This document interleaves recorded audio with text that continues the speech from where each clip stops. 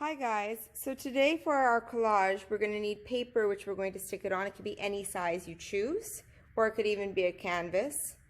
We're going to need a pencil, an eraser, and either watercolors, markers, or you can even use crayons or a color pencil, just something to help us mark in the shading lightly so we know where we're going to stick our colors. We of course need glue. It could be any type of glue. But if you are going to use different types of materials like the ones I have, cardboard and plastic, you might need a stronger glue. If you're just going to be using plain paper, then you can stick with one of our stick glues. So I've assembled a lot of junk material. I've got some plastic bags, I've got some cardboard, I've got newspaper, I've got food menus, again, some plastic which hopefully can be reused to something better, tea boxes. So you can have a look through your house and see some junk materials and see what we can reuse and repurpose to make some beautiful art. So our first step is to choose what pictures we want to use for our collages. So this is our next step. Once you choose the picture that you're going to draw, you're going to do a very quick sketch. And as you can see, I've kept it to very bare lines. I've not gone into major detail. These are just basically the sections that I'm actually going to stick the different pieces of color on for my collage. So you don't want to get too much into detail.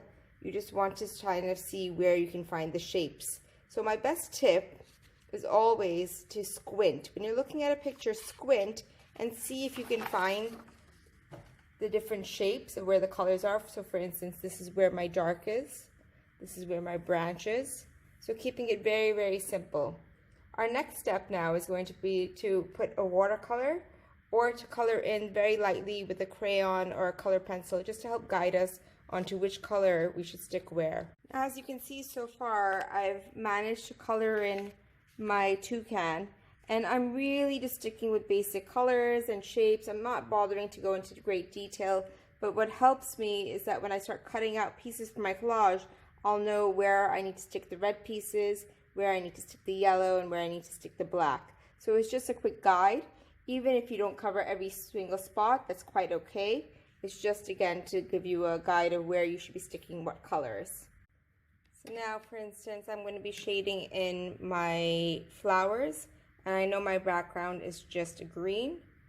So I'm not going to get too crazy into the details. I'm just going to be painting in very, very quickly so I know that this part is green. And then of course I know that my flowers are blue, so I want to make sure I put in my flowers as blue. So it's pretty much as simple as that. Don't really worry if it's about shading, about covering even every single spot. It's just to help us have an idea of what we're doing when we stick down the piece.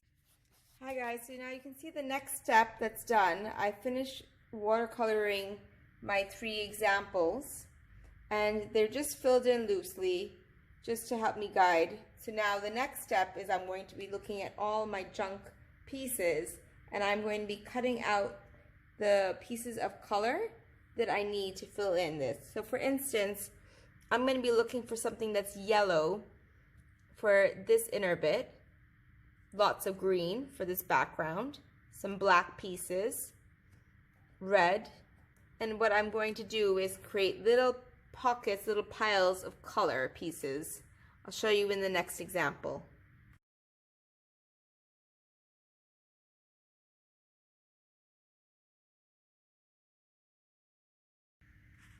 Okay, so now we're on to our next part. We finished our watercolors of our picture, whatever your drawing might be, whether it's an animal, whether it's a scenery, or whether it is flowers or a tree. Next, we're going to pick up the colors that we're going to choose in our picture, and we're going to cut up little pieces in those colors. So you can use shopping bags, you can use newspaper, you can use menus, magazines, tea boxes, anything you have at home. But what's really helpful is to start by making little piles of all the different colors, because then it'll be much easier to glue them onto your actual painting. And best tip is to try to cut them not too big, but also not too small. It'll create a better texture for it. If you create really big pieces, it's going to look very clunky. As you can see, I'm sticking the pieces one by one, carefully, just like the color plan I already did on the paper. You want to be patient with it, don't rush the process, and think of it almost as a mindfulness moment where you can have fun with gluing all the pieces like a puzzle and making your artwork.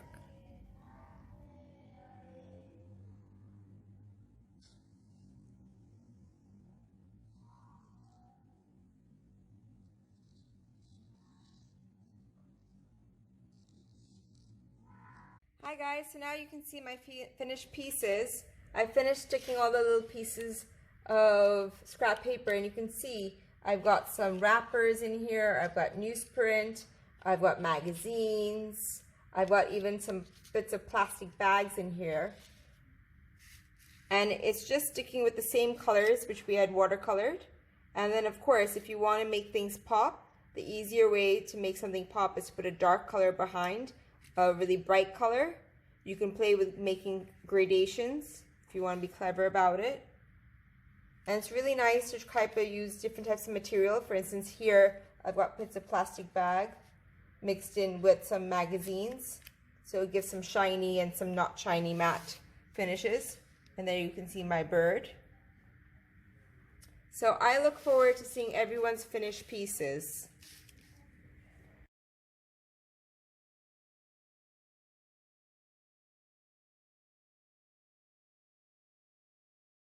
Here you can see an example of Anaya's from last year. And here again, you can see she's used bits of magazine, a little bit of gift wrap paper, tissue. So find materials that are easy for you. There's some bits of metallic gift wrap paper in there. And then once you're done, you can try to see if you can find some black paper or card to stick it on to make your own frame.